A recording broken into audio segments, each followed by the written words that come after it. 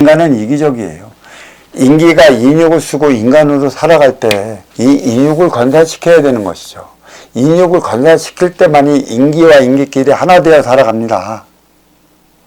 어떻게 나는 가만히 있는데 내 인육을 건사시킬 수 있을까요?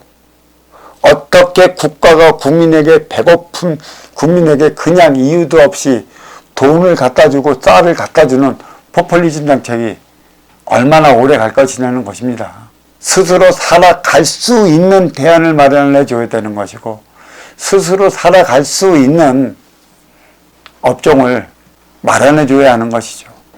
이제는 일자리 하는 것인데, 과연 일자리만 있다고 해서 내가 먹고 사는 것일까요? 2년 맞이를 못하는 일자리는 일자리가 아닌 것입니다. 뭐든지 주고 팔기 위한, 방편을 위한 것들이기 때문에 주고만 팔면 먹고야 살겠죠, 동물처럼. 하지만 육생양 앞에 너와 내가 만났다면 만나는 이유와 원인을 알아야 할 것입니다. 자, 내가 그 어디에도 쓸모가 없으면 나는 어디 가도 거지 취급당해요. 공부는 쓸모 있는 자가 되기 위해 공부하는 것이에요.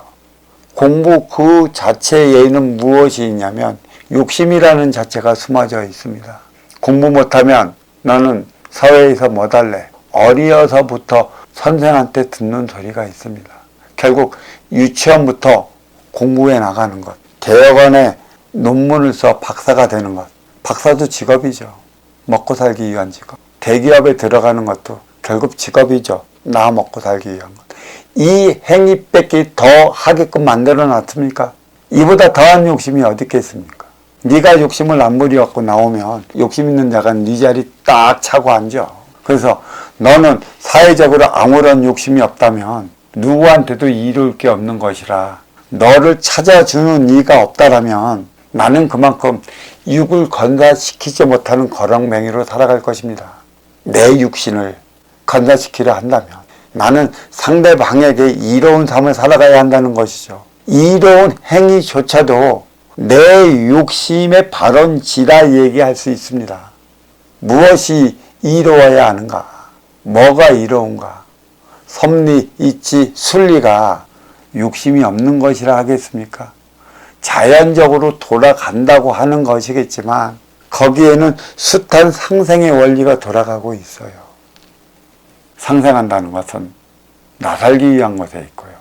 나 산다는 것은 결국 내 앞에 온 너와 하나 되어 살아갈 수 있느냐, 살아갈 수 없느냐에 대한 답을 마련을 해야 하는 것입니다. 원시반문은 내 앞에 인연과 하나 되어 살아가는 것이지, 내 앞에 온 너 뒤에 또 네 뒤에 있는 네 뒤에 인연과 하나 되어 살아가는 것에 있지 않습니다.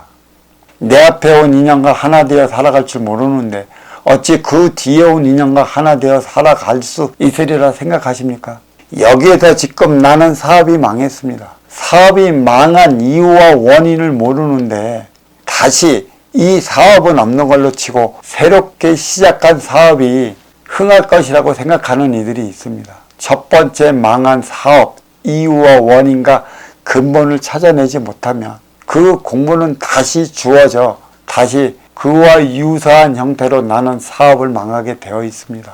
망하지 않으려면 내 욕심을 부려 내가 무엇이 잘못되었는지를 확실하게 뒤돌아봐야 하는 것입니다.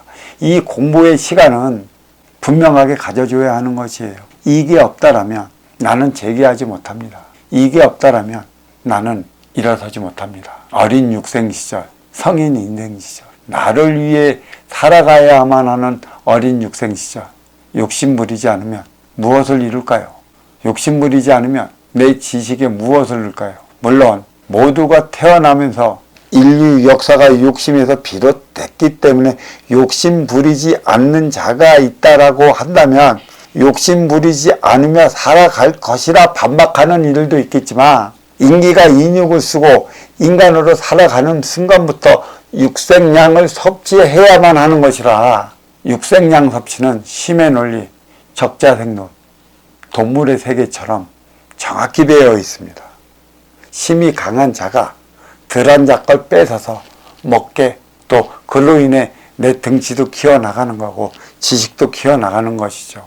재벌이 있으면 그 밑에서 일하는 노동자가 있어 왔듯이 군주가 있으면 군주 밑에 일하는 노동자들이 있어 왔던 원리가 여기에 있는 것입니다. 이제는 더 갖지 못한 이들, 아쉬운 이들이 이들의 이로운 삶을 살아가게끔 희생해 왔던 시대가 육생살이 육생시대, 선천시대입니다.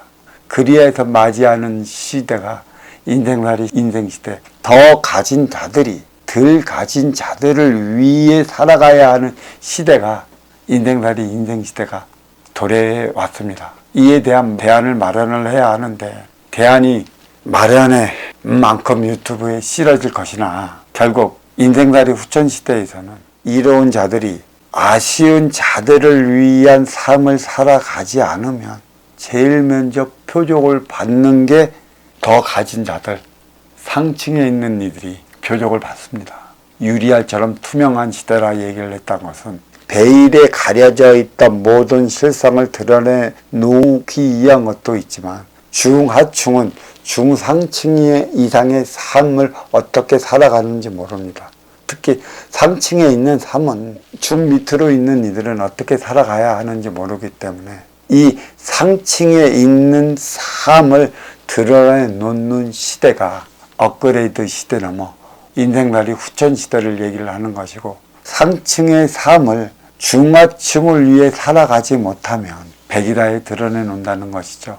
유리알처럼 투명하게 상층의 삶이 이러한 모순으로 살아가고 있다는 사실에 대해서 말입니다. 유리알처럼 투명한 시대는 상층의 모순을 드러내고자 하는 것에 있는 것이지 하층의 모순을 드러내놓고자 있는 것에 있지 않습니다.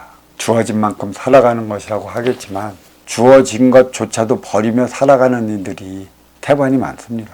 욕심 없이 살아가겠다고 하는 이들이 누구인지 한번 살펴보십시오. 실패한 자, 어려워진 자, 곤란해진 자인 것입니다.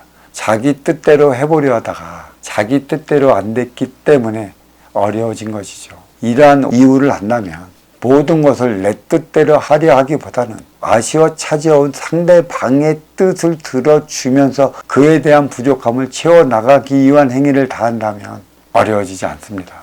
내 뜻대로란 이거보다 더 큰 욕심이 없는 것입니다. 욕심은 내 뜻대로 해보려다 망하는 것이기 때문에 내 뜻대로라는 그 행위 자체를 아쉬워 찾아온 너의 뜻을 들어주며 받아주기 위한 삶을 살아간다면 욕심은 더욱더 아름답게 승화되지 않을까 이렇게 생각하고 있습니다.